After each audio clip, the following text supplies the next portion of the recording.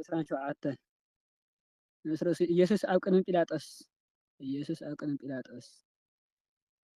ማርቆስ ወንጌል ምዕራፍ 15 فقد 1 ሉቃስ ወንጌል ምዕራፍ 23 فقد 1 ክሳብ 2 ዮሐንስ ወንጌል ምዕራፍ 18 فقد 28 ክሳብ 32 ወደ 1 ምስ ወግሐ ኩሎም ሊቃውንቲ ካህናት ዓበይቲ ህዝብን ንኢየሱስ ክቀትልዎ ተማኸሩ ኣሲሮም ወሰድዎ እሞ ንጲላጦስ ነቲ ሹም ሓሊፎም ሃብዎ ካልኣይ ርእሲ ይሁዳ ርእሱ ከም ተሓነቀ ሽዑ ይሁዳ እቲ ዘትሕዞ ተፈሪድዎ ምስ ረኣየ ተጣዓሰ እሞ ንጹህ ደም ኣሕሊፈ ብምሃበይ በደልኩ ኢሉ ነቲ 30 ቅርሺ ናብ ሊቃውንቲ ካህናት ዓበይቲ ህዝብን መለሶ ንሳቶም ድማ ንሕና እሞ እንታይ ገዲስና ባዕልኻ ትፈልጥ በልዎ ንሱ ነቲ ኣቕራሽ ኣብ ቤት መቕደስ ደርቢዎ ወፀ ከይዱ እውን ተሓነቀ ሊቃውንቲ ካህናት ነቲ ኣቕራሽ ወሲዶም ዋጋ ደም እዩ እሞ ናብ ሳጹን ምጽዋት ክነእትዎ ኣይግባእን በሉ ተማኺሮም መቃብር ኣጋይሽ ዝኸውን እግራት ስራሕ መሬት ብኡ ተሻየጡ ስለዚ ከዓ እታ ግራት ክሳዕ ሎሚ ግራት ደም ትበሃል ኣላ እቲ ብነቢ ኤርምያስ ዋጋ እቲ ደቂ እስራኤል ዝገምገምዎ ገምጋም 30 ቅርሺ ወሰዱ ከምቲ እግዚአብሔር ዝኣዘዘኒ ንግራት ስራሕ መሬት እውን ሃብዎ እተባሃለ ሽዑ ተፈጸመ ሳልሳይ ንእስርሲ ኢየሱስን ጲላጦስን ማርቆስ ወንጌል ምዕራፍ 15 فقد 2 ክሳብ 5 ሉቃስ ወንጌል ምዕራፍ 23 فقد 5 فقد 3 ክሳብ 5 ዮሐንስ ወንጌል ምዕራፍ 18 فقد 33 ክሳብ 38 ኢየሱስ ኣብ ቅድሚ እቲ ሹም ደው በለ እቲ ሹም ከዓ ንስኻ ዶ ንጉስ ኣይሁድ ኢኻ ኢሉ ሓተቶ ኢየሱስ ድማ ንስኻ እኳ ትብል ኣለኻ በሎ ሊቃውንቲ ካህናት ዓበይትን ክኸስዎ ከለዉ ንሱ ብሕም ኢሉ ኣይመለሰን ሽዑ ጲላጦስ ብክንደይ ነገር ይምስክሩልካ ከም ዘለዉ ዶ ኣይትሰምዕን ኢኻ በሎ እቲ ሹም ብዙሕ ክሳዕ ዝግረም ንሱ ሓንቲ ቃል እኳ ኣይመለሰን ኣብ ዓይኒ እስርእሲ ንኢየሱስ ሞት ከም ዝተፈረዶ ማርቆስ ወንጌል ምዕራፍ 15 فقد 6 ክሳብ 15 ከምኡ ድማ ሉቃስ ወንጌል ምዕራፍ 23 فقد 13 ክሳብ 25 ዮሐንስ ወንጌል ምዕራፍ 18 فقد 39 ክሳብ 40 ዮሐንስ ወንጌል ምዕራፍ 19 فقد 1 ክሳብ 16 እቲ ሹም ነቶም ህዝቢ ብበዓል ዝደልይዎ ሓደ እሱር ክፈትሓሎም ከዓ ንቡር ነበሮም ሽዑ ባርባን ዝበሃል ውይ ተኣሲሩ ነበረ ተኣኪቦም ከለዉ ጲላጦስ ንኢየሱስ ብቕንዓት ኣሕሊፎም ከም ዝሃብዎ ፈሊጡ ነበረ እሞ ንመን ክፈትሓልኩም ትፈትዉ ንባርባን ዶ ወይስ ነቲ ክርስቶስ ዝበሃል ኢየሱስ በሎም ኣብ መንበር ፍርዲ ተቐሚጡ ከሎ ከዓ ሰበይቱ ሎሚ ብሕልሚ ስሊኡ ብዙሕ መከራ ረኺቡኒ ኣሎ እሞ ኣብ ነገር እቲ ጻዲቅ እቲ ኣይትእቶ ኢላ ለኣኸትሉ እቶም ሊቃውንቲ ካህናት ዓበይትን ነቶም እኩባት ህዝቢ ንባርባን ክልምነሉ ኢየሱስ ግና ክቐትል ሕራይ ኣበልዎም እቲ ሹም ካብ ክልቲኦምሲ ንመን ክፈትሓልኩም ትደልዩ ኢሉ መለሰሎም ንሳቶም ንባርባን በሉ ጲላጦስ እምበኣርሲ ነቲ ክርስቶስ ዝበሃል ኢየሱስ እንታይ ክገብሮ በሎም ኩሎም ይሰቐል በሉ እቲ ሹም እንታይ ክፉእ ገበረ ኩሎም ንሳቶም ግና ይሰቐል እንዳበሉ ምጭዳር ኣብዝሑ ጲላጦስ ዘይምብዛሕ ጫው እምበር ገለ እኳ ከምዘይጠቅም ምስ ረኣየ ማይ ወሲዱ ኣነ ካብ ደም እዚ ጻድቅ እዚ ንጹህ እየ ባዕልኻትኩም ፍለጡ እናበለ ኣብ ቅድሚ እቲ ህዝቢ ኣእዳው ተሓፀበ ኩሎም እቶም ህዝቢ ከዓ ደሙ ኣባና ኣብ ደቅናን ይኹን ኢሎም መለስሉ ሽዑ ንባርባን ፈትሓሎም ኢየሱስ ግና ገሪፉ ክስቀል ኣሕሊፉ ሃቦ ሓምሻይ ንስእሲ ኣክሊል እሾህ ብላግፂ ከም ዝደፍእሉ እና ማርቆስ ወንጌል ምዕራፍ 15 ወደ 16 ክሳብ 20 ዮሐንስ ወንጌል ምዕራፍ 19 ወደ 2 ክሳብ 3 ድሕረዚ ዓቀይቲ እቲ ሹም ኢየሱስ ናብ ኣዳራሽ ፍርዲ ኣተውዎ ንብዘሎ ጭፍራ እውን ናብኡ ኣከቡ ክዳኑ ቀንጢጦም ከዓ ቀይሕ ባርኖስ ከደንዎ ካብ እሾህ ኣክሊል ተኒጎም ኣብ ርእሱ ደፍእሉ ኣብ የማናይ ኢዱ ዘንጊ ኣትሓዞም ከዓ ኣብ ቅድሚኡ እናተዳፍኡ ወ ንጉስ ኣይሁድ ከመይ ኢኻ ኢሎም ኣላገጹሉ። ጡፍ እውን በልሉ። እቲ ዘንጊ ኣገዲፎም ከዓ ርእሱ ወቕዕዎ። ምስ ኣላገጹሉ ነቲ ባርኖስ ቀንጢጦም ክዳኑ ከደንዎ፣ ክሰቕልዎ እውን ወሰድዎ። ሻድሻይ ንእስ ርእሲ ኢየሱስ ኣብ ቀራንዮ ከም ዝተሰቐለ ማርቆስ ወንጌል ምዕራፍ 15:21 ክሳብ 32 ከምኡ ድማ ሉቃስ ወንጌል ምዕራፍ 23:26 ክሳብ 43 ከምኡ ድማ ዮሃንስ ወንጌል ምዕራፍ 19:17 ክሳብ 27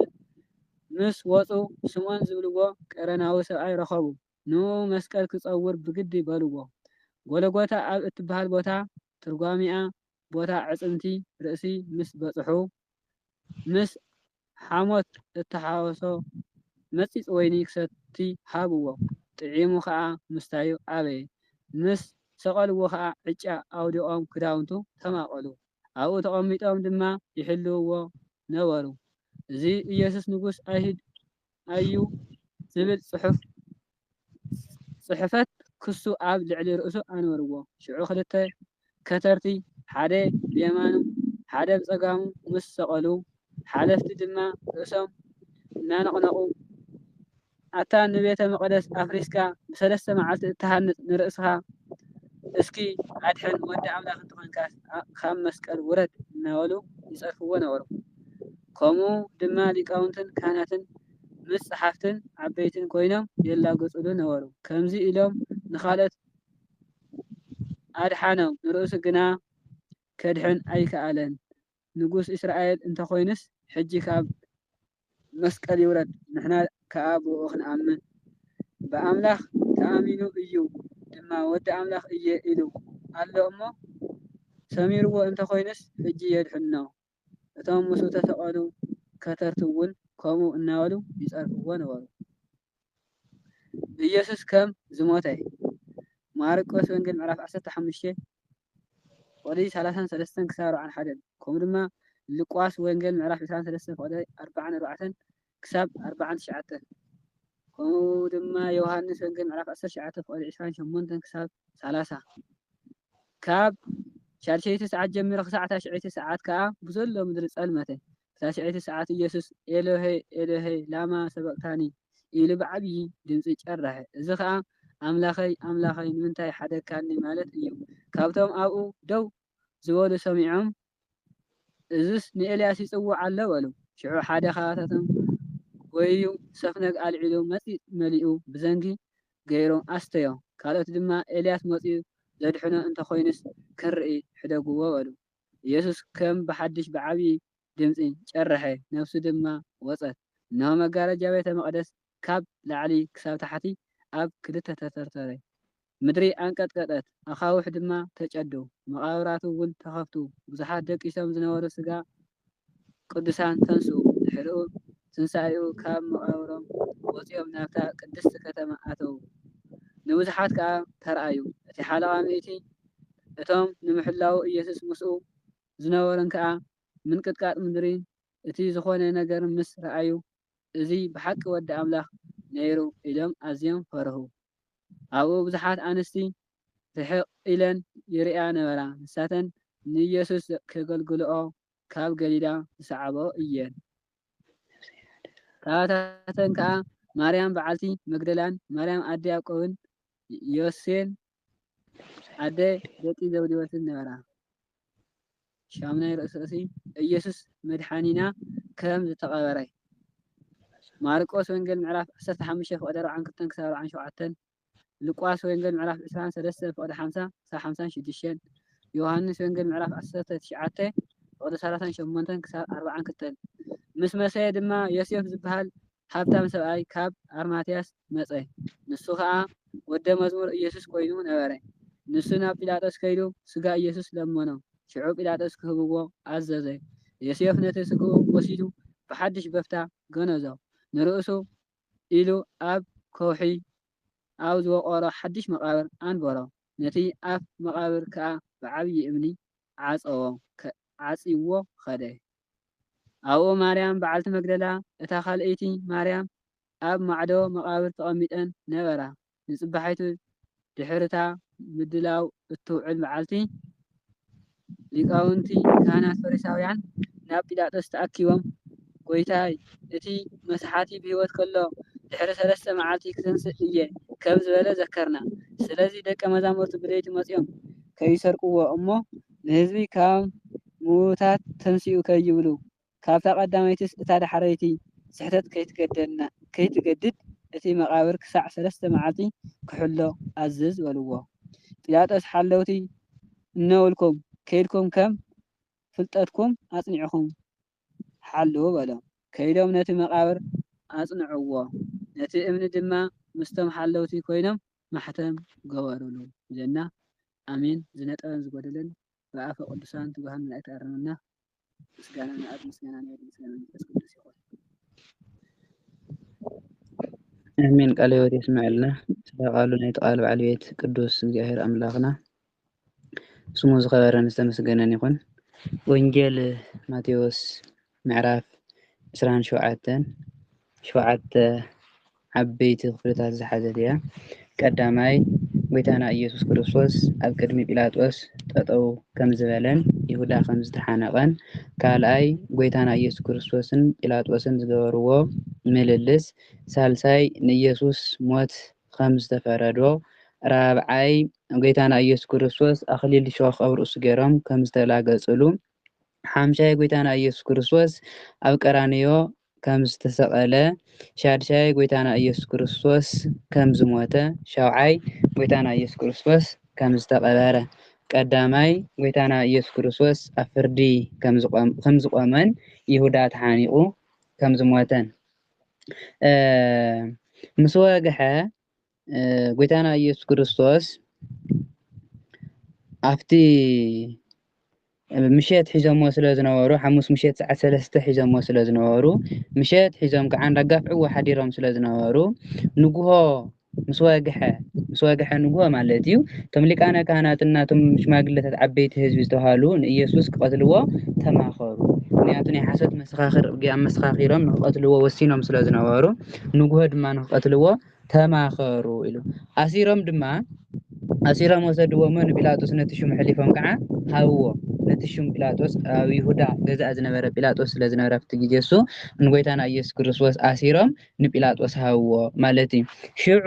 እቲ ዛተሕዞ ይሁዳ ንኢየሱስ ንጎይታና ኢየሱስ ክርስቶስ ንጲላጦስ ሕሊፎም ምስ ሃብዎ ይሁዳ ንጎይታና ኢየሱስ ክርስቶስ ብ30 ቅርሺ ሕሊፉ ዝሃቦ ይሁዳ ንጎይታና ኢየሱስ ክርስቶስ ካጋፍዕዎ ከለዉ እዚ ኩሉ ምስ ረኣየ ኣብ ልዕሊኡ ዝፍፀም ዘሎ ግፍዒ ምስ ረኣየ ይሁዳ ተነስዩ ተፀፂቱ ማለት እቲ ዝገበሮ ነገር ስሕተት ምዃኑ ኣሚኑ ንጹህ ሰብ ንሞት ሕሊፈ ብማሃበይ በዲለ እየ እናበለ ነቲ 30 ቅርሺ ናብ ሊቃነ ካህናትን ነቶም ሽማግለታትን መሊሱ ንዓኣቶም ሃቦም እቲ ገንዘብ መሊሱ ሃቦም። ይሁዳ እዚ ክገብሮ ዝግብኦ ዝነበረ መጀመርያ ቅድሚ ንጎይታና ኢየሱስ ክርስቶስ ሕሊፉ ምሃቡ ክገብሮ ዝግባእ ዝነበረ ነገር እዩ። ሕዚ ግን ይሁዳ እንታይ እዩ ገይሩ ጎይታና ኢየሱስ ክርስቶስ ከጋፍዕዎ ከለዉ ኣብ ኢድ ሊቃነ ካህናት ምስ ተሓዘ ግን ለካ እቲ ንጹህ ሰብ ሕሊፈ ብማሃበይ ንጹህ ደም ብምፍሳሰይስ በዲለ እየ ኢሉ ነተን 30 ቅርሺ ካብ ሊቃነ ካህናትን ካብቶም ሽማግለታትን ዝተቀበሎም መሊሱ ገንዘብኩም እንኩም ኢሉ መለሰሎም። እንኩም ገንዘብኩም ኢሉ ክምልሰሎም ከሎ እቶም ሊቃነ ካህናትን እቶም ዓበይቲ ህዝቢ ይሁዳ እንታይ ኣሚሎሞ ንሕናስ እንታይ ገዲሽና ተዘድልየና ነገር ሂብካና ኢኻ ንዑ ክተትሕዘና ኢና ስማዕሚና ነርና ድሕሪ ገዲም ባዕልኻ ንባዕልኻ ፍለጥ እምበር ምሳኻ ዘውግዕ የብልናን ዝዘራርብ እውን የብልናን ኢሎም ንይሁዳ መልሲ ሂቦሞ። ይሁዳ ግን ንሱ ነተን 30 ቅርሺ ኣብ ቤተ መቅደስ ደብሪቦን ይኸይዱ። ነተን ንጎይታ ዝሸጠን ቅርሺ ኣይተጠቐመለንን ተን ቅርሺ እውን ኣይተጠቐመለንን ንባዕሉ እውን ኣይተጠቐመን ይሁዳ ንጎይቱ ሕዲፉ ሸይጡ ተን ቅርሺ እውን ኣይተጠቐመለንን ንባዕሉ እውን ተሓኒቑ ሞይቱ። ነተን ቅርሺ ኣብቲ ቤተ መቅደስ ደብሪ ይሁዳ እንታይ ገይሩ ከይዱ ተሓኒቑ ሞይቱ። ይሁዳ ቀጥታ ከይዱ ነተን ቅርሺ ኣብ ቤተ መቅደስ ደብሪው ተሓኒቑ ሞይቱ ማለት እዩ ይሁዳ። እቶም ሊቃነ ካህናት ግና ነቲ ገንዘብ ወሲዶም ይሁዳ ነቲ ገንዘብ ነተን 30 ቅርሺ ደብሪሎም ምስ ከደ ነቲ ገንዘብ ወሲዶም ዋጋ ደም ስለ ዝኾነ ናይ ደም ገንዘብ ስለ ዝኾነ ሲ ኣብ ሙዳየ ምጽዋት ክንእትዎ ኣይግባእን ይበሉ ምክንያቱ ኣይሁድ ሊቃነ ካህናት እቲ ናይ ጎይታና ኢየሱስ ክርስቶስ ዝተሸጠሉ 30 ቅርሺ ዋጋ ደም ኢሎሞ ግን እቲ ንክርስቶስ ምቕታሎም ግን ሓጢኣት ኣይቆፀርዎን ነቲ ቅርሺ ናብ ቤተ መቅደስ ምእታው ሓጢኣት ቆፂሮሞ ንክርስቶስ ምቕታል ግን ሓጢኣት ኣይቆፀርዎን ኣብዚ ግዜ እዚ ነዚ ቅርሺ እዚ ናብ ሙዳየ ምጽዋት ክንእትዋ ይግባእን ኢሎም ተማኺሮም ከዓ ብኡ ንመቃብር ኣጋይሽ ዝኸውን ግራት ናይ ሰራሕተኛ ኣቕሓ ዝነበረ ሸኽላ ዝሰርሕ ካብ መሬት ሸኽላ ዝሰርሕ ማለት ሰራሕ ኣቕሓ ማለት ካብኡ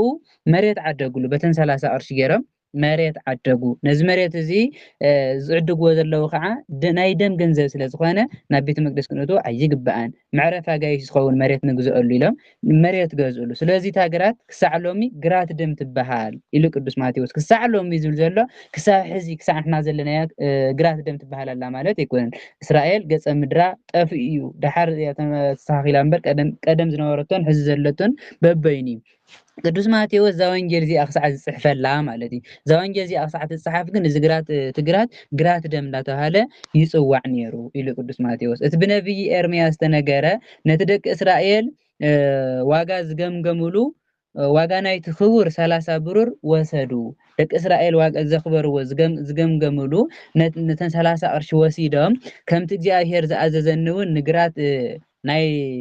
ዝሰርሕ ኣቕሓ ዝነበረ ንዕኡ ሃብዎ ተባሂሉ ዝተነገረ ቃል ምእንቲ ክፍፀም ነዚ ገበሩ ኢሉ ቅዱስ ማቴዎስ እዚ እውን ትንቢተ ኤርምያስ ምዕራፍ 18 ቁፅሪ 2 ወይ ከዓ ትንቢተ ኤርምያስ ምዕራፍ 9 ቁፅሪ 6 ዘሎ ቃል እዩ ጎይታና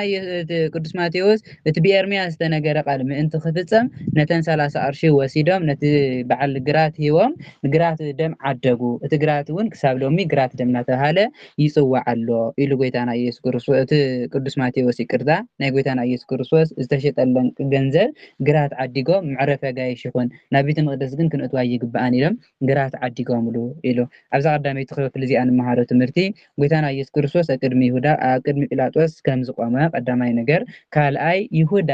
ጎይታና ኢየሱስ ክርስቶስ ሕሊፉ ምስ ሃቦ ድሓር ጎይታና ኢየሱስ ከጋፍዕዎ ከለዉ ምስ ረኣየ ግን ከም ዝተፀፀተ ናይ ይሁዳ ምፅፃት ግን ከንቱ ፅፀታ ይበሃል ምክንያቱ ይሁዳ ቀደም ቅድሚኡ ክፅፀት ይግብኦ ነይሩ እምበር ነገር ምስ ተወድአ ምፅፃት ምንም ቁም ነገር የብሉን ይሁዳ እቲ ዝተፀፀተ እውን ካብ ልቡ ተመሊሱ ኣይኮነን ፈሪሑ ተንቀጥቂጡ እዩ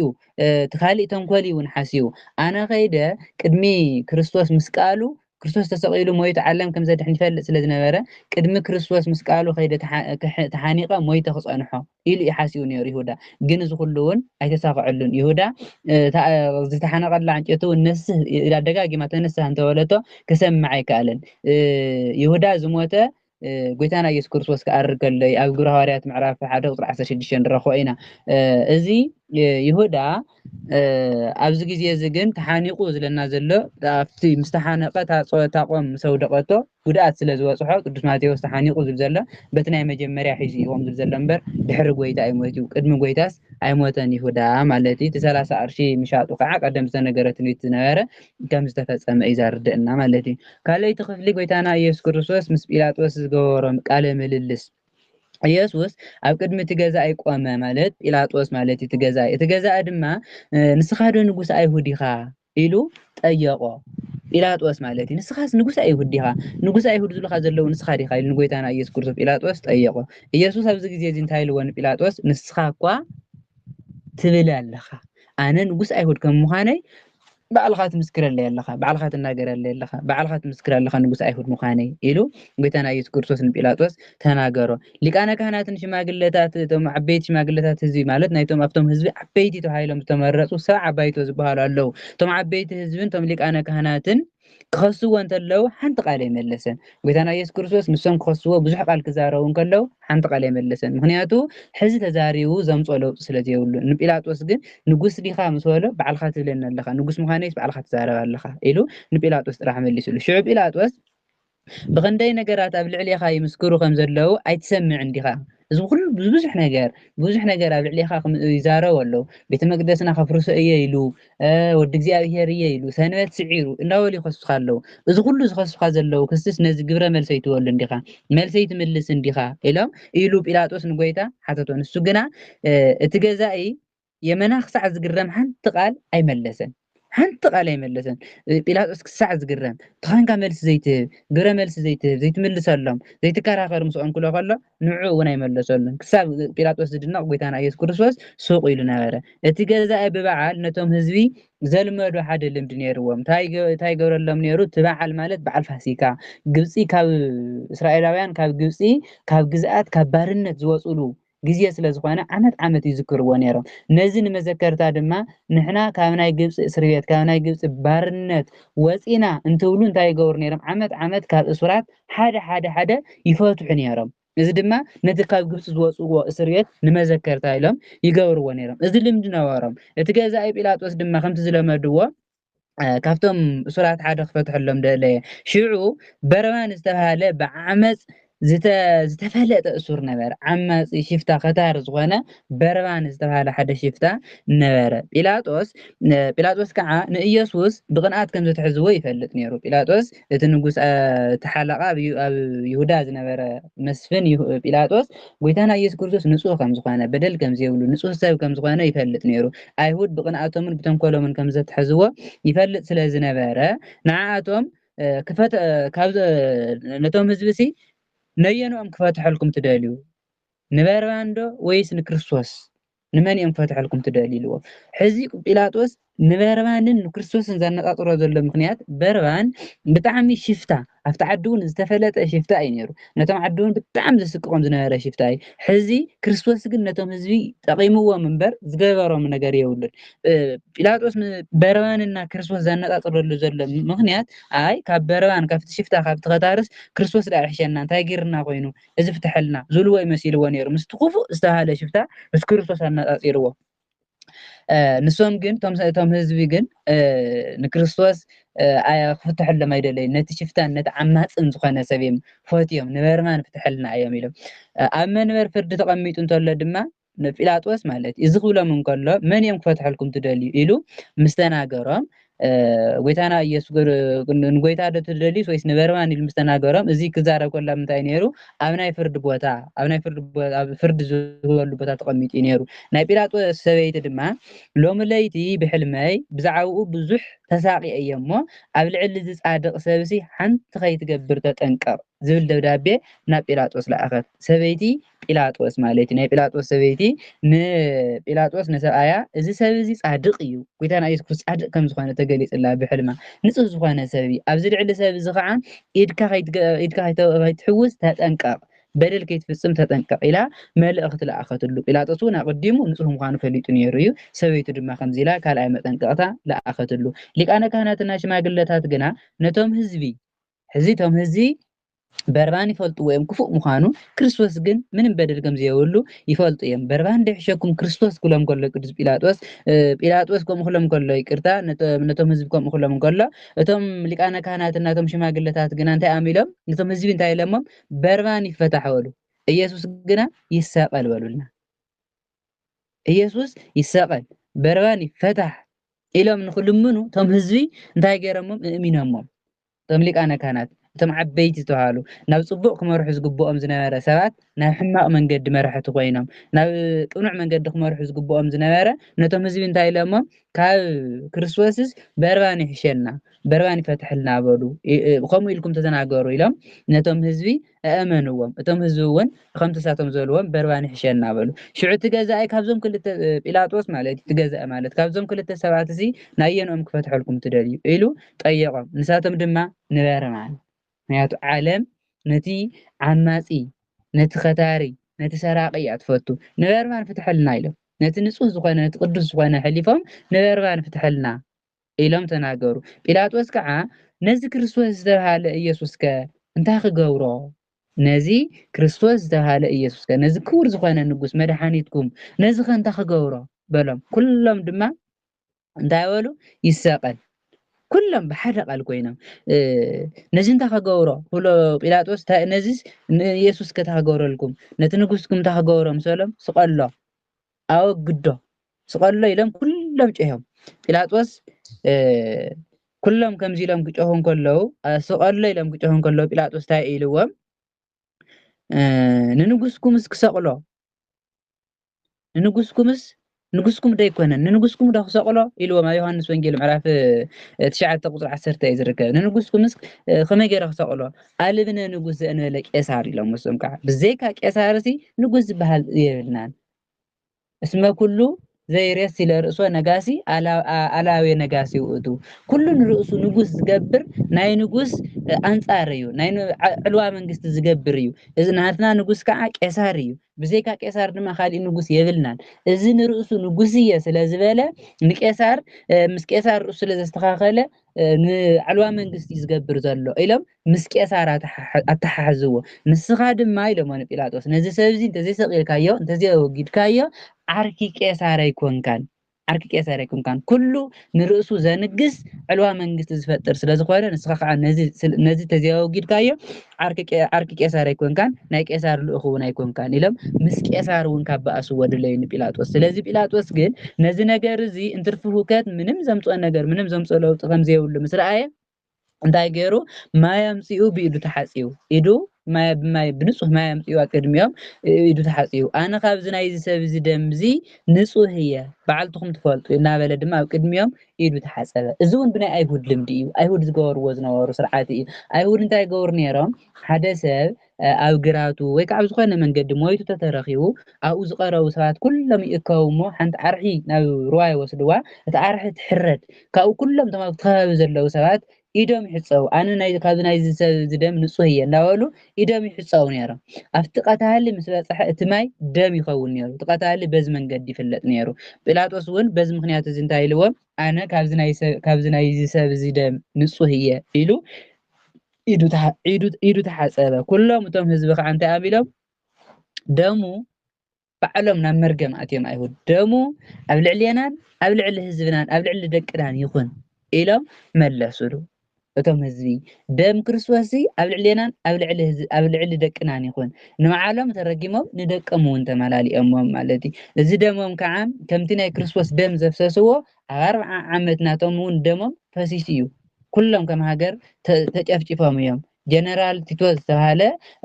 ሮማዊ ወታደር ንኩሎም ከም ሃገር ኣጥፊእዎም ደሞም ፈሲሱ እቲ ባዕሎም ዝተመነይዎ መርገም እቲ ባዕሎም ዝደለይዎ መርገም ኣብ ልዕሊኦም ተፈፂሙ ማለት እዩ ሽዑ ነበርባን ፈትሐሎም ንኢየሱስ ግና ገሪፉ ክሰቅልዎ ሕሊፉ ሃቦም ኢሉ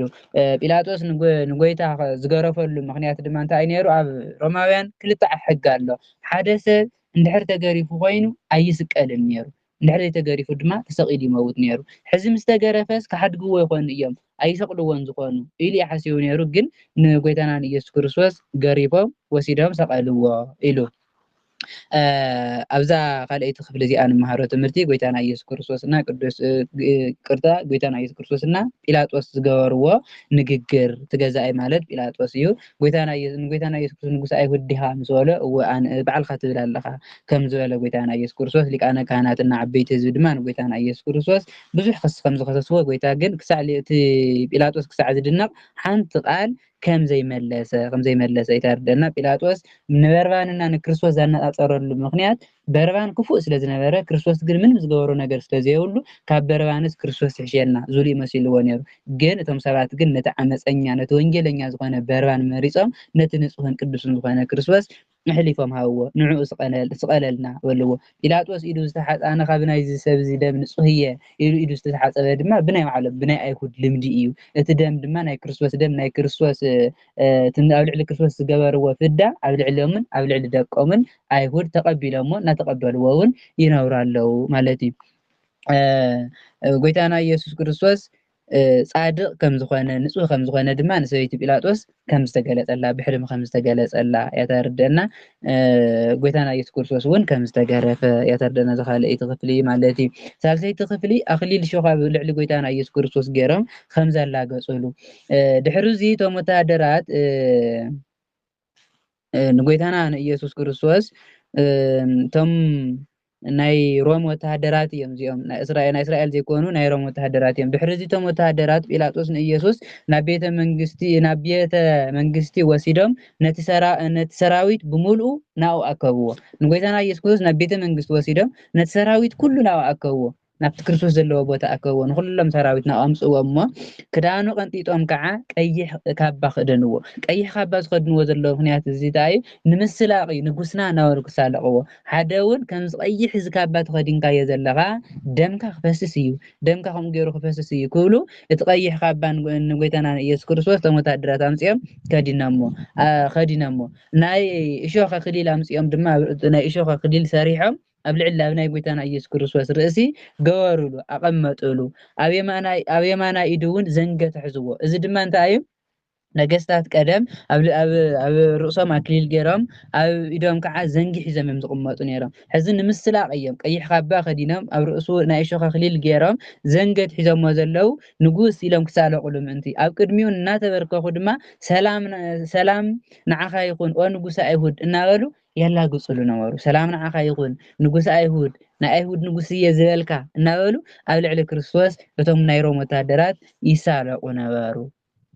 እንትፍ ድማ ይብሉ ነበሩ ኣብ ልዕሊ ጎይታና ኢየሱስ ክርስቶስ ምራቆም እንትፍ ይብሉ ነበሩ ነቲ ዘንጊ ኣትሒዘሞ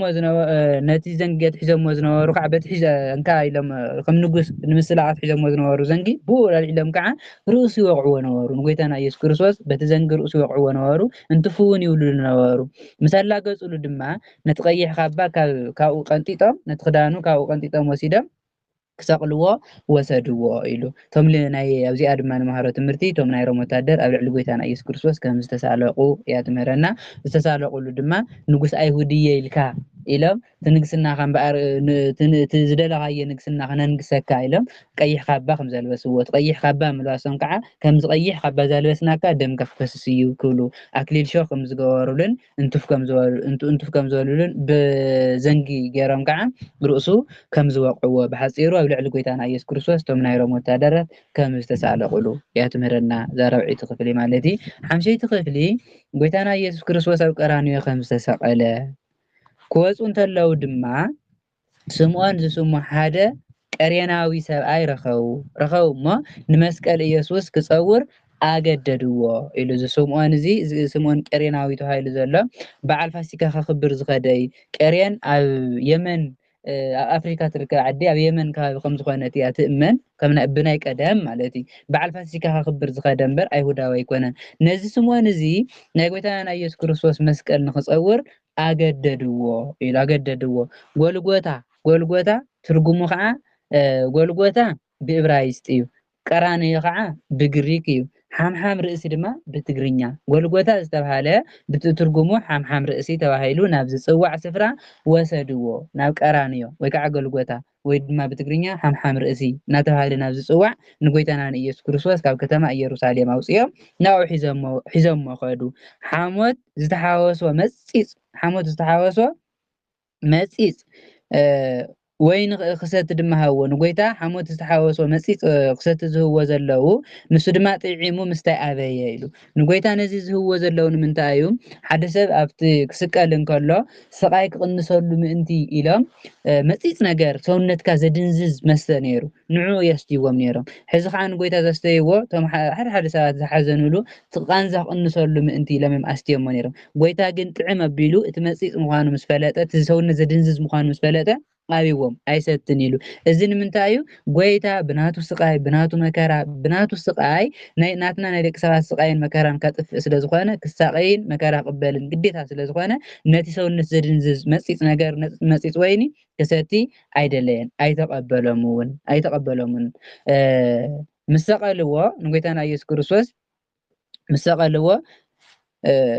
ጎይታና ኢየሱስ ክርስቶስ ናብ ቀራንዮ ወሲዶም ሰዓት 6 ምስ ሰቀልዎ ነቲ ክዳውንቱ ዕፃ ኣውደቁሉ ነቲ ናይ ጎይታና ኢየሱስ ክርስቶስ ክዳን ዕፃ ኣውደቁሉ ኣብ ልዕሊ ናይ ጎይታና ኢየሱስ ክርስቶስ ኣብቲ ክዳኑ ዕፃ ተዋደቁ እዚ እውን ብነቢይ ዳዊት ተነገረ ትንቢት ምእንቲ ክፍፅም ክዳውንተይ ንመዓልቶም ተማቀሉ ንቀምሸይ እውን ዕፃ ተዋደቁሉ ተባሂሉ ዝተነገረ ትንቢተ መዝሙር ዳዊት ትግርኛ 22 ቁፅሪ 18 ግዕዝ 21 ቁፅሪ 18 ዘሎ ቃል እዩ ከምዚ ኢሉ ዝተናገሮ ነብይ ዳዊት ተናገሮ ቃል ምእንቲ ክፍፀም ዳዊት ነዚ ቃል እዚ ዝተናገሮ ዳዊት ቀደም ጸልአቱ ኣብ ልዕሊ ንዕኡ ኣሳጊጎም ክዳውንቱ ዕፃት ዋዲቆምሉ ስለ ዝነበሩ ዳዊት ኣብቲ ዘመኑ ንዕኡ ተዛሪቦ ነይሩ ፍጻሜ ከዓ ብክርስቶስ ብጎይታና ኢየሱስ ክርስቶስ ፍጻሜ ረኺቡ እቲ ብነብይ ዳዊት ዝተነገረ ቃል ጎይታና ኢየሱስ ክርስቶስ ተፈጸመ እቶም ወታደራት ኣብ ናይ ጎይታና ኢየሱስ ክርስቶስ ክዳውንቲ ዕፃው ደቁሉ ንጎይታ ምስ ሰቀልዎ ኣብኡ ተቐሚጦም ከዓ ይሕልውዎ ነበሩ ንጎይታ ኣብ መስቀል ተሰቂሉ እናሃለወ ዋላ ይሕልውዎ ነበሩ ኣብ ልዕሊ ርእሱ ድማ ኣብ ልዕሊ ርእሱ ኣብ ናይ ጎይታና ኢየሱስ ክርስቶስ ርእሲ ኣብ ላዕሊ ማለት እዩ እዚ ኢየሱስ ንጉስ ኣይሁድ እዩ ዝብል ናይ ክሲ ጽሑፍ ጽሒፎም ነበሩ ንጉስ ኣይሁድ እየ ኢሉ ንጉስ ኣይሁድ እየ ኢሉ ኢሎም ከሰም ስለ ዝነበሩ ኣብ ርእሱ ድማ እንታይ ኢሎም ጽሒፎምሉ እዚ ኢየሱስ ንጉስ ኣይሁድ እዩ ዝብል ጽሑፍ ጽሒፎም ኣብቲ ናይ መስቀል ርእሲ ኣብ ላዕሊ ኣቐሚጦም ነበሩ ሽዑ ምስኡ ድማ ምስ ጎይታና ምስ ኢየሱስ ክርስቶስ ክልተ ሸፋቱ ሓደ ብየማኑ ሓደ ድማ ብጸጋሙ ተሰቀሉ ምስ ጎይታና ምስ ኢየሱስ ክርስቶስ ክልተ ሸፋቱ ተሰቂሎም ነይሮም ሓደ ብጸጋሙ ሓደ ብየማኑ ተሰቀሉ ክልተ ሸፋቱ ነይሮም እዞም ሰባት እዚኣቶም ስሞም ጥጦስ እቲ ብጸጋም ዝነበረ ዳክርስ ብየማን ዝነበረ ከዓ ጥጦስ ከም ዝበሃሉ እዩ ስሞም ዝእመን እቶም ብጥቃው ዝሓልፉ ዝነበሩ ድማ ብጥቃ ጎይታ ቤት መስቀል ከባቢ ገይሮም ዝሓልፉ ዝነበሩ ሰባት ርእሶም እንዳነቁነቁ ኣታ ንቤተ መቅደስ ኣፍሪስካ ብሳልሳይ መዓልቲ እትሃንጽ እስኪ ንባዕልካ ድሕን ኣብ ልዕሊ ጎይታና ኢየሱስ ክርስቶስ ክሳለቁ ጀሚሮም ኣታ ንቤተ መቅደስ ኣፍሪሰ ኣብ ሳልሳይ መዓልቲ ክሃንጾ እየ ኢልካ ትዛረብ እስኪ ንባዕልካ ድሕን ወዲ እግዚኣብሔር እንተደኣ ኮይንካሲ እስኪ ካብ መስቀል ውረድ እናበሉ ኣብ ልዕሊ ጎይታና ኢየሱስ ክርስቶስ ይሳለቁ ነበሩ እቶም ህዝቢ ብማዓዶ ኮይኖም በቲ ጥቃ መስቀል ዝሓልፉ ዝነበሩ ሰባት እቶም ህዝቢ እውን ኣብ ልዕሊ ጎይታና ኢየሱስ ክርስቶስ ክሳለቁ ጀመሩ ኣታ ነቲ ቤተ መቅደስ ክሃንጽ እየ ትብል ወዲ እግዚኣብሔር እንተኮይንካ እስኪ ካብ መስቀል ውረድ ንርእስካ ድሕን እናበሉ ኣብ ልዕሊ ጎይታና ኢየሱስ ክርስቶስ ይሳለቁ ነበሩ ከምኡውን እቶም ሊቃነ ካህናትን መምሃራን ሕግን ሽማግለታት እቶም ዓበይቲ ሽማግለታት እውን ሓቢሮም ምስኦም ይሳለቁ ነበሩ ምስኦም ኮይኖም ኣብ ልዕሊ ጎይታና ኢየሱስ ክርስቶስ ይሳለቁ ነበሩ ንኻልኦት እተድሕን ንባዕልካ ግና ክተድሕን ኣይትኽእልን ንኻልኦት እተድሕን እትፍውስ ብተኣምር ትገብር ብተኣምር ጌርካ ተድሕን ንባዕልካ ግና ክትድሕን ኣይትኽእልን ንሱ ንጉስ እስራኤል እንተደኣ ኮይኑሲ እስኪ ሕዚ ካብ መስቀል ይውረድ እሞ ንሕና ከዓ ብኡ ክንኣምን ኢሎም ሊቃነ ካህናት ፈሪሳውያን ዓበይቲ ህዝቢ ሽማግለታት ሕዚ ጎይታና ኢየሱስ ክርስቶስ ካብ መስቀል ወሪዱ ከኣምኑሉ ማለት ኣይኮነን ኣይኣምኑልን ፈሊጦም እዮም ከምኡ ዘሎ እምበር ካብታ መስቀል እንተዝወርድ ነይሩ ጎይታ ኣይመኣመኑን ሕዚ ግን እንታይ ኢሎም ንኻልኦት እተድሕን ንኻልኦት እትፍውስ እስኪ ንባዕልካ ድሕን ኣታ ንጉስ እስራኤል እንድሕር ደኣ ኮይንካሲ እስኪ ካብ መስቀል ውረድ እሞ ሽዑ ካብ መስቀል ምስ ወረድካ ንሕና ከዓ በኣኻ ክንኣምን ኢና ክንኣምነልካ ኢና ኢሎም ኣብ ልዕሊ ጎይታና ኢየሱስ ክርስቶስ እቶም ሽማግለታት እቶም ህዝቢ ኩሎም ኣብ ልዕሊ ጎይታ ይሳለቁ ነበሩ ንሱ ብእግዚኣብሔር ተኣሚኑ እዩ ማለት ጎይታና ኢየሱስ ክርስቶስ ማለት እዩ ወዲ እግዚአብሔር እዩ እግዚአብሔር እውን ዝተኣመነ ስለ ዝኾነ ኣነ ይቅርታ ንሱ ብእግዚአብሔር ተኣሚኑ እዩ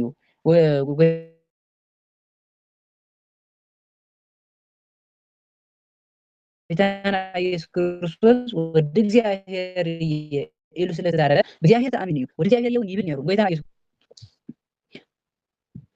ኣነ ወዲ እግዚአብሔር እየ እናበለ እውን ይዛረብ ስለ ዝነበረ ብእግዚአብሔር ተኣሚኑ እዩ ኣነ ወዲ እግዚአብሔር እየ እውን ኢሉ እዩ እሞ ዝፈትዎ እንተደኣ ኮይኑሲ እስኪ ሕዚ የድሕኖ ኣብ ልዕሊ ክርስቶስ ተሳሊቆም ኣብ ልዕሊ እግዚአብሔር ኣብ ምስላእ ጀሚሮ ንሱ ብእግዚአብሔር ተኣሚነ እየ ወዲ እግዚአብሔር እየ ይብል ነይሩ እንድሕር እግዚአብሔር ዝፈትዎ ኮይኑ እንድሕር ብሓቂ ወዲ እግዚአብሔር ኮይኑ እስኪ ዳ ይምፃእ የድሕኖ ክንድርኢ እናበሉ ይሳለቁ ነበሩ ኣብ ልዕሊ ክርስቶስ ኣብ ልዕሊ ኣብ እውን ይሳለቁ ነበሩ ኣይሁድ ብሓፂሩን ጎይታና ኢየሱስ ክርስቶስ ምስ ቃሎም ንኣብን ንወልድን እውን ንመንፈስ ቅዱስን ሕዚኖሞም እዮም ኣብ ልዕሊ ሰለስቲኦም እዮም ተሳሊቆም ማለት እዩ ንኣብ እውን እስኪ የድሕኖ እንዳበሉ ዘድሕኖ እንተኮይኑ ዝከኣሎ እንተኮይኑ የድሕኖ እንዳበሉ ይሳለቁ ነበሩ ከምኡ እውን እቶም ምስኡ ዝተሰቀሉ ከተርቲ ወይ ከዓ እቶም ምስኡ ዝነበሩ ሸፋት እውን ኣብ ልዕሊ ጎይታና ኢየሱስ ክርስቶስ ይሳለቁ ነበሩ ኢሉ ኣብዚ እቶም ሸፋቱ ክልቲኦም ኣይኮኑን ተሳሊቆምሉ እቲ ብፀጋም ዝነበረ ሽፍታ ጥራሕ ብልዕሊ ጎይታና ኢየሱስ ክርስቶስ ዝተሳለቀ እምበር እቲ ብየማን ዝነበረ ኣይተሳለቀን እቲ ብፀጋም ዝነበረ ግን ንስኻ ብሓቂ ወዲ እግዚኣብሔር እንተኮንካ እዚ ንባዕልኻ እውን ኣድሕን ንዓና እውን ኣድሕነና ኢሉ ንጎይታ ተናጊርዎ እቲ ብየማን ዝነበረ ጡጦስ ግን እንታይ ኢልዎ ኣንታ ኣነን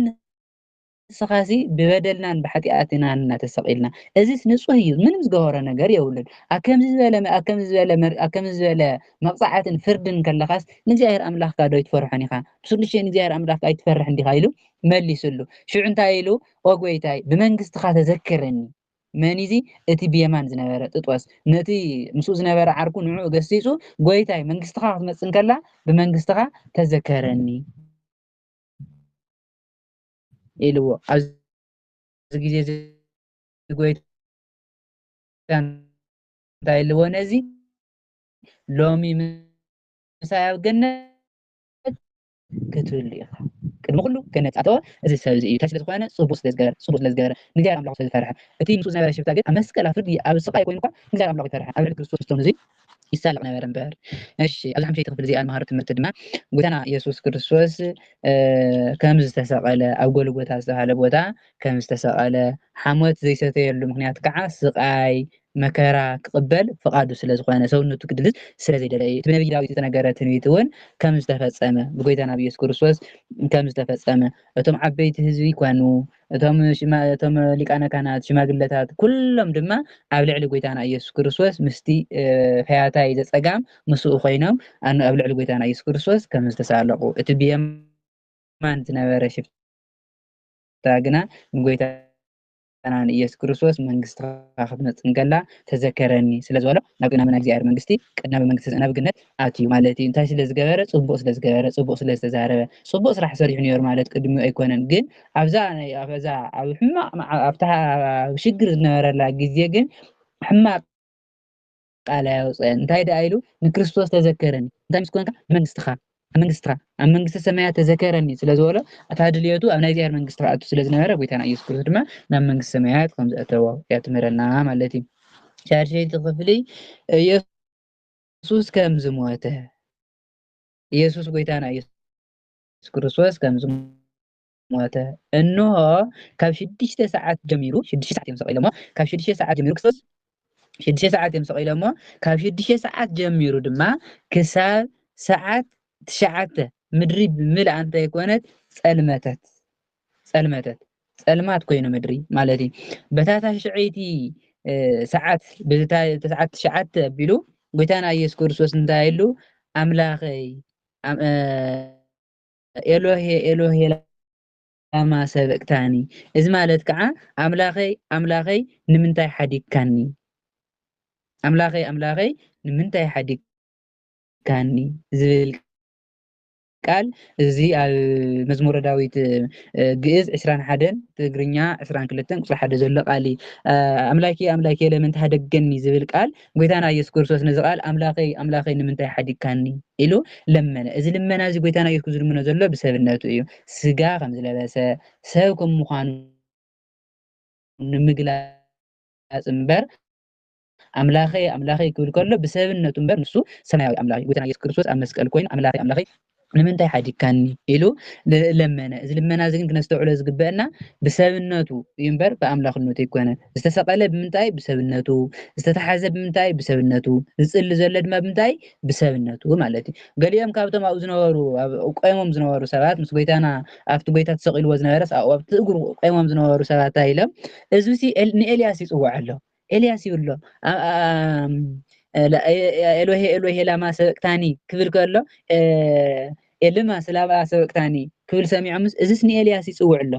ኤልማስ ክብል ከሎ ሰሚዖም ንኤልያስ ይፅውዕ ኣሎ ሽዑ ኤልያስ እንድሕር መፂ ዘድሕኖ እንድሕር ኮይኑ እስኪ ክንርኢ ኢና እናበሉ እንክሳለቅሉ ጀሚሩ ኣምላክ ኤሎሄ ኤሎሄ ላማ ሰበቅታኒ ኢሉ ክፅልን ከሎ ንሶም እዚ ኤልያስ ይፅውዕ ኣሎ ንኤልያስ ይፅውዕ ኣሎ ኢሎም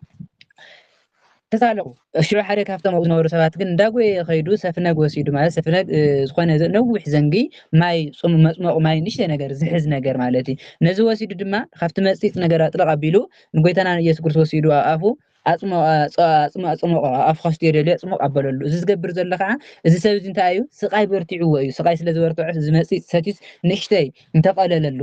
ተቐለለሉ ኢሉ ስለ ዝሓሰበ እንታይ ጎየ ኸይዱ ካብቲ መፂፅ ናብ ጎይታና ናብ ኣፉ ፀመቐሉ ገሊኦም ግና እንታይ ኢሎም ኣብዚ ግዜ እዚ ኤልያስ ይፅውዕ ኣሎ ኣረ እዚስ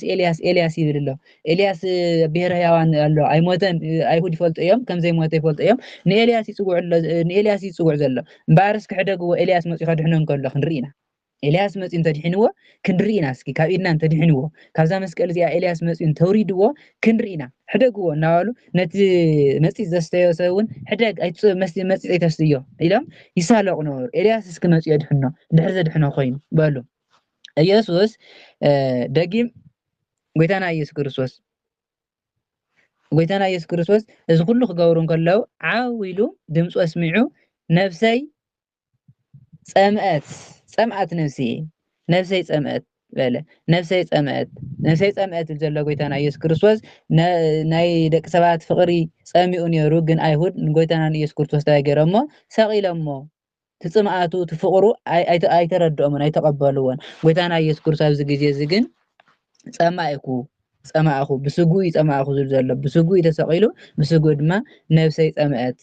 ፀማእኹ በለ እንሆ ከዓ ኣብዚ ግዜ እዚ ጎይታና ኢየሱስ ክርስቶስ ፀማእኹ ክብል እንከሎ መጋረጃ ቤተ መቅደስ ተቀደደ ጎይታና ኢየሱስ ክርስቶስ ኣብ መስቀል እንከሎ ፀማእኹ ምስ በለ ናይቲ ቤተ መቅደስ መጋረጃ ተቀደደ ካብ ላዕሊ ክሳብ ታሕቲ ኣብ ክልተ ተሰንጠቀ እዚ መጋረጃ እዚ ናይ ኣይሁድ ቤተ መቅደስ ማለት እዩ ሽፉን እዩ ነይሩ ትሽፉንነቱ ከዓ ዓብይ ትምህርቲ ነይርዎ እንታይ እዩ እዚ ዘመልክት ነይሩ ምሽፋኑ ብሓጢኣት ዝተሸፈንኩም ኢኹም ኣብ ድንቁርና ኣብ ክሕደት ኢኹም ዘለኹም ዝብል ምልክት እዩ ዘመልክት ነይሩ እቲ መጋረጃ ምቅዳዱ ኣብ ክልተ ምስንጣቁ ግን እቲ ሓጢኣት እቲ መርገም እቲ ድንቁርና ተጨዲዱ ኣሎ ጠፊኡ ኣሎ ብክርስቶስ ማለት እዩ እቲ ናይ ቤተ መቅደስ መጋረጃ ተቀደደ ጎይታና ኢየሱስ ኣብ መስቀል እንከሎ ከውሕታት ድማ ተሰንጠቁ ተጨደዱ ጎይታ ተኣምር እዩ ኣብ ጎይታ ክስቀል እንከሎ ዝተገበረ ተኣምር መጋረጃ ቤተ መቅደስ ተቀደደ ከውሕታት እውን ተጨደዱ መቃብራት እውን ተኸፊቶም ሞይቶም ዝነበሩ ድማ ብዙሓት ካብ 500 ንላዕሊ ካብ 600 ንታሕቲ ዝኾኑ ሰባት ካብ ሙታን ተስኡ ካብ መቃብሮም ወፂኦም ድማ ድሕሪ ትንሳኤኦም ምስ ተስኡ ናብታ ቅድስቲ ከተማ ኣተው ንብዙሓት እውን ተረኣይዎም ናብታ ቅድስቲ ከተማ ትበሃል ዘላ ከተማ ኢየሩሳሌም እያ ዝተስኡ ድማ እኒአ ኣብ ጎልጎታ ከባቢኦም ተሲኦም እኒአው ማለት እዩ ካብኡ ተሲኦም ናብ ከተማ ኢየሩሳሌም ኣትዮም ንብዙሓት ሰባት ድማ ተረኣይዎም ኢሉ እቲ ሓለቃ ምእትን እቶም ንኢየሱስ ክሕልው ምስኡ ዝነበሩን ከዓ ነቲ ምንዋፅ ምድርን ነቲ ዝኾነ ነገር ሪኦም ከውሕታት ክጭደዱ ከለው ሙታን ክትስኡ ከለው ምድሪ ክትንቅጥቅጥ ከላ እዚ ኩሉ ሪኦም እዚ ምስ ረኣዩ ናይ ብሓቂ እዚ ወዲ እግዚኣብሄር እዩ ነይሩ እናበሉ የመና ሓዘኑ ፈርሑ እውን ብሓቂ እዚ ወዲ እግዚኣብሄር ለካ ነይሩ ይህ ወዲ እግዚኣብሄር እዮም ለካ ሰቂሎም ከም ዝበለ ተኣምር ገይሩ ተሰቂሉ ሞይቱ ኳስ ከም ዝበለ ተኣምር ዝገብር እዚ ብሓቂ ወዲ እግዚኣብሄር ነይሩ ከውሒ ክስንጠቅ ከሎ መቃብር ክክፈት ከሎ ሙታን ክትስኡ ከለው ምድሪ ክትንቅጥቅጥ ከላ ስለ ዝረኣዩ ፈሪሖም ብሓቂ እዚ ወዲ እግዚኣብሄር እዩ ነይሩ በሉ ኣብኡ ከዓ ንኢየሱስ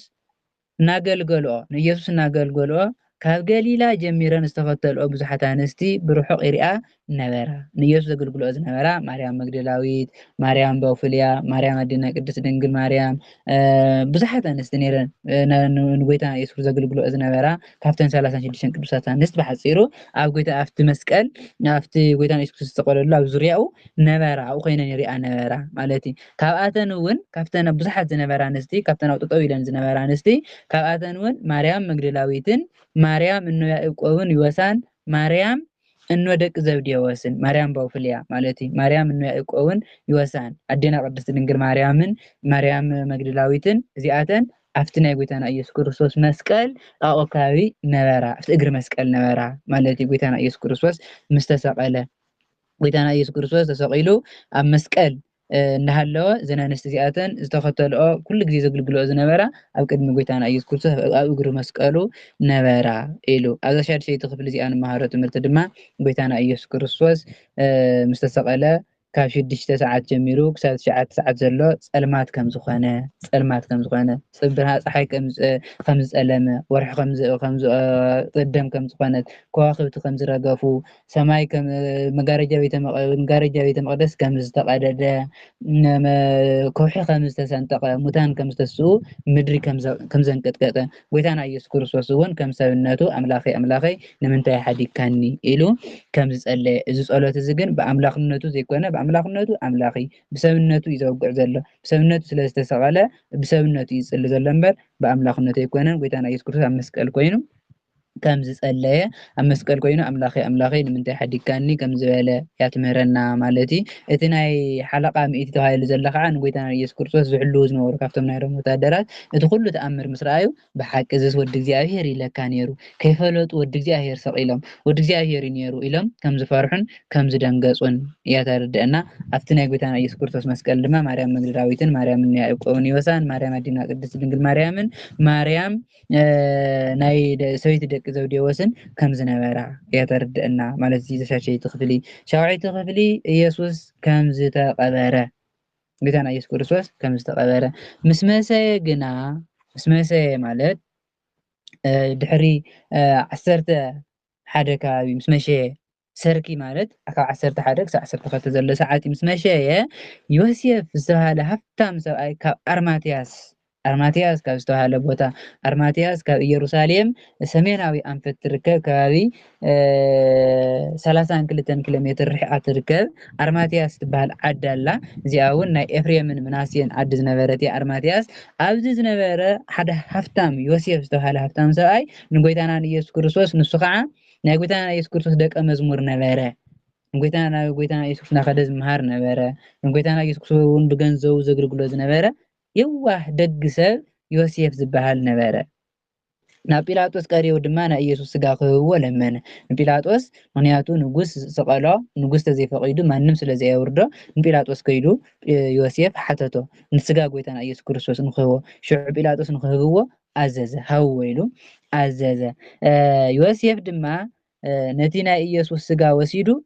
ብፁሪ ጻዕዳ ሃሪ ገነዞ ብፁሪ ጻዕዳ ሃሪ ገይሩ ገነዞ ኣብዚ ዮሴፍ ጥራሕ ገሊጹ እምበር ጎይታና ኢየሱስ ክርስቶስ ዮሴፍን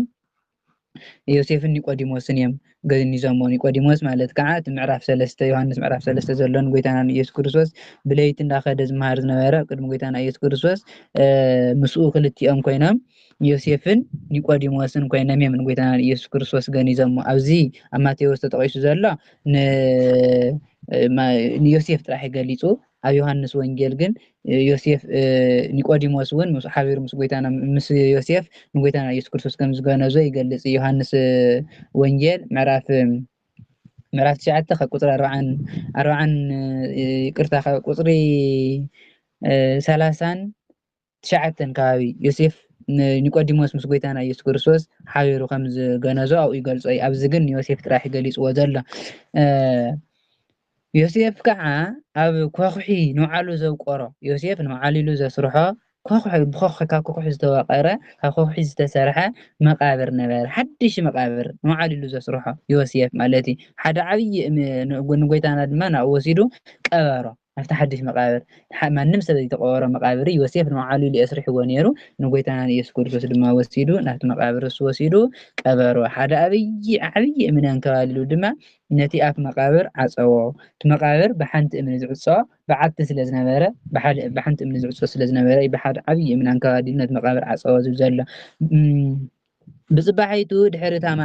ድሕሪታ መዓልቲ ማለት ጽባሒቱ መዓዝያ ዓርቢ ቀዳም ንግሆ ማለት እዩ ቀዳም ንግሆ ሊቃነ ካህናትን ፈሪሳውያንን ተኣከቡ እሞ ናብ ጲላጦስ ከዱ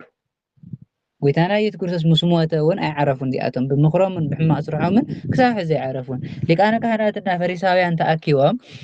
ናብ ጲላጦስ ከዱ ንጲላጦስ ከዓ ጎይታ በልዎ ጎይታ እቲ መሳሓቲ ክብርን ክርስቶስ ይኹን ንጎይታና ኢየሱስ ክርስቶስ መሳሓቲ ኢሎሞ እቲ መሳሓቲ ብህይወቱ እንተሎ ድሕሪ 3 መዓልቲ ክትስእ እየ ከም ዝበለ ዘከርና ናይ ክርስቶስ ቃል ናይ ክርስቶስ ሓይሊ ናይ ክርስቶስ ተኣምር ክርስቶስ ዝገበሮ ዝነበረ ስራሕቲ ዘይዘከሩ ጎይታ ክመውት እያ ኣብ 3 መዓልቲ ክትስእ እየ ዝበላ ቃል ተዘኪራቶ እቲ መሳሓቲ ኢሎሞ ንክርስቶስ እቲ ምእንቲ ሰባት ዝሞተ ኣምላኽ መሳሓቲ ክብሪ ንክርስቶስ ይኹን መሳሓቲ ኢሎም ንጲላጦስ ነገርዎ። ኣብ ሳልሳይ መዓልቲ ክትስእ እየ ከም ዝበለሲ ሕዚ ዘከርና፣ ሕዚ ፈለጥና፣ ሕዚ እቲ ስኢልዎ ዝነበረ ሓሳብ ሕዚ መፂልና ኢሎም ንጲላጦስ ነገርዎ። ስለዚ ድማ ኣልዎ ደቀ መዛሙርቲ መፂኦም ከይሰርቅዎ እሞ ንህዝቢ ከዓ ካብ ሞት ተሲኡ ከይብሉ እሞ ካብታ ቀዳመይቲስ እታ ዳሕራወይቲ ጌጋ ዝገደደት ከይትኸውን እዚ ክሳዕ ሳልሳይ መዓልቲ እቲ መቃብር ብፅኑዕ ክሕሎ ኣዝዝ። ወታደራት ሃበና እቲ መቃብር ዝሕልው ደቀ መዛሙርቱ ምክንያቱ ጎይታ ከምዚ ትስእ ስለ ዝፈርሑ ከይዋረዱ እዮም ፈሪሖም መቃብር ክሕልው ደልዮም መቃብር ሓለው ተሃበና እዮም ዝብልዎ ዘለዉ። ኣብ ሳልሳይ መዓልቲ ክትስእ እየ ስለ ዝበለ ደቀ መዛሙርቱ መፂኦም ከዓ ከይሰርቅዎ እሞ ሰሪቆም ወሲዶም ከዓ ተሲኡ ከይብሉ ምእንቲ ክትስእ እየ ኢሉ ስለ ዝነበረ ደቀ መዛሙርቱ ሰሪቆም ወሲዶም ተሲኡ ከይብሉና ምእንቲ ካብታ ቀዳመይቲ ከዓ እታ ዳሕራወይቲ ዝገደደት ከይትኸውን። ቀዳመይቲ እንታይ እያ ነይራ? ክርስቶስ መሲህ እየ ስለ ዝበለ ወዲ እግዚኣብሔር እየ ስለ ዝበለ እሕሊፍ ቀቲሎሞ ነይሮም። ካልአይቲ ድማ እንታይ እያ ካብኣ ዝገደደት ከይትኸውን ክርስቶስ ሞተ ሸኒፉ ተሲኡ ወዲ እግዚኣብሔር ምዃኑ ሞተ ሸኒፉ ተሲኡ ኢሎም ነቲ ህዝቢ ካሊእ ትምህርቲ ከይምህሩልና ምእንቲ ካብቲ ዝነበረ ስሕተት ካሊእ ዝገደደ ስሕተት ምእንቲ ነቲ ህዝቢ ከይምህሩ ንወታደራት ኣዝዝ እሞ ክሳብ 3 መዓልቲ እቲ መቃብር ይተሓሎ ኢሎም ሊቃነ ካህናትን ፈሪሳውያንን ክርስቶስ ሞይቱ ኣብ መቃብር እንከሎ ሕዚ እዚኣቶምን ኣይዓረፉሉን። መቃብር እውን ብደንቢ ክሕሎን ወታደራት ክገብሩልን ደለዩ። ጲላጦስ ከዓ ሓለውቲ ሒዝኩም ኪዱ እሞ ከምቲ ትፈልጥዎ ጌርኩም ኣፅኒዕኩም ሓልው ደቀ መዛሙርቲ ከይሰርቅዎ ማለት እዩ። ደቀ መዛሙርቲ ከይሰርቅዎ ምንቲ እንድሕር ደሊኹም ወታደራት ሒዝኩም ኪዱ ከምቲ ዝደለኹሞን ከምቲ ትፈልጥዎን ጌርኩም ከዓ ኣፅኒዕኩም ሓልው በሎም። ንሳቶም ድማ ከይዶም ነቲ ናይ መቃብር እምኒ ብማሕተም ሓተምዎ። ነቲ መቃብር ብወታደራት ኣፅኒዖም ኣሐለውዎ። ነቲ ዮሴፍ አንከባሊልዎ ዝነበረ እምኒ ካሊእ ወሲኾም ብደንቢ ኣፅኒዖም ሓተምዎ፣ ብደንቢ ገይሮም ዓፀብዎ። ኣብቲ መቃብር ከዓ ወታደራት ገበርሉ ሓለውቲ ምእንቲ ክሕልው ኣፅኒዖም ክሕልው ምእንቲ ካብ ጲላጦስ ሒዞም ከዱ። እቶም ሊቃነ ካህናትን ፈሪሳውያንን ጎይታና ኢየሱስ ክርስቶስ ምስ ሞተ ከምዚ ኢሎም መቃብሩ ንክሕሉ ካብ ጲላጦስ ቀደም ዝበለና ነገር ዘኪርና ኢና ኢሎም ወታደራት ሒዞም ከይዶም እቲ መቃብር ከም ዝሕለውዎን ወታደራት ከም ዝገበሩሉን እዩ። ኣብዛ 7ይቲ ክፍሊ እዚኣ ንመሃሮ ትምህርቲ ድማ ዮሴፍ ዘኣርማትያስ ንጎይታና ኢየሱስ ክርስቶስ ምስ ኒቆዲሞስ ከም ዝገነዞን ከም ዝቀበሮን ዮሴፍ ናይ ጎይታና ኢየሱስ ክርስቶስ ደቀ መዝሙር ከም ዝነበረ ንጎይታና ኢየሱስ ክርስቶስ እውን ብኩሉ ነገሩ የገልግሎ ከም ዝነበረ ጲላጦስ ንጲላጦስ ዝሓተተሉ ምክንያት ከዓ ጲላጦስ ብፍቃዱ ስለ ዝተሰቀለ ንሱ ፈቂዱ ስለ ዝሰቀሎ ንሱ ተዘይፈቂዱ ክወርድ ስለ ዘይክእል ጲላጦስ ድማ ንዮሴፍ ክህብዎ ከም ዝፈቀደ ዮሴፍ ብፃዕዳ ሃሪ ገኒዙ ሽቱ ቀፍሲሱ ምስ ኒቆዲሞስ ኮይኖም ሽቱ ገይሮም ኣብ ዮሃንስ ምዕራፍ 19 ይገልፆ ሽቱ ከም ዝገበርሉ ሽቱ ገይሮም ጎይታና ኢየሱስ ክርስቶስ ኣብ ሓድሽ መቃብር ዮሴፍ ንባዕሉ ይሰሪሕዎ ዝነበረ ሓድሽ መቃብር ኣብ ሓድሽ መቃብር ከም ዝተቀበረ እያ ተርድአና። እቶም ኣብኡ ከዓ ይቅርታ ናይ ማርያም መግደላዊት ታሪክ ኣብኡ ኣብቲ እቶም ሊቃነ ካህናት ነዚ ናይ ደቀ መዛሙርቲ መፂኦም ከይሰርቅዎ እሞ ካብቲ ቀዳማይ ስሕተቱስ ዝገደደ ስሕተት ከይኸውን ኢሎም ክዛረቡ ከለው ማርያም ኣብኡ ከዓ ማርያም መግደላዊትን እታ ካልአይቲ ማርያምን ኣብ መንፀርቲ መቃብር ተቐሚጠን ነበራ ኢሉ ማርያም መግደላዊትን ማርያም ካልአይቲ ማርያም ኣዴና ቅድስት ድንግል ምስኣ ዝነበራ ኣብ መንፀርቲ መቃብር ተቐሚጠን ይርአ ነይረን። እዚ ኩሉ ክኸውን ከሎ ጎይታና ኢየሱስ ካብ መስቀል ክወርድ እንከሎ ዮሴፍ ከውርዶ እንከሎ ክገንዞ ከሎ ሽቱ ክገብረሉ እንከሎ ቀብሮ ከሎ ኣብኡ ኮይነን ይርኣ ነበራ። እቶም ሊቃነ ካህናት እናቶም ዓበይቲ ህዝቢ ግና ናይ ክርስቶስ ተኣምር ሓይሊ ኩሉ ዝገበሮ ነገር ዘይዘከሩስ እታ ሳልሳይ መዓልቲ ክትስእ እየ ትብል ነገር ከም ዝዘከሩ ንጎይታና ኢየሱስ ክርስቶስ ከዓ ክብሪ ንክርስቶስ ይኹን መሳሓቲ ከም ዝበልዎ እቲ መሳሓትስ ኣብ ሳልሳይ መዓልቲ ክትስእ እየ ኢሉ እዩ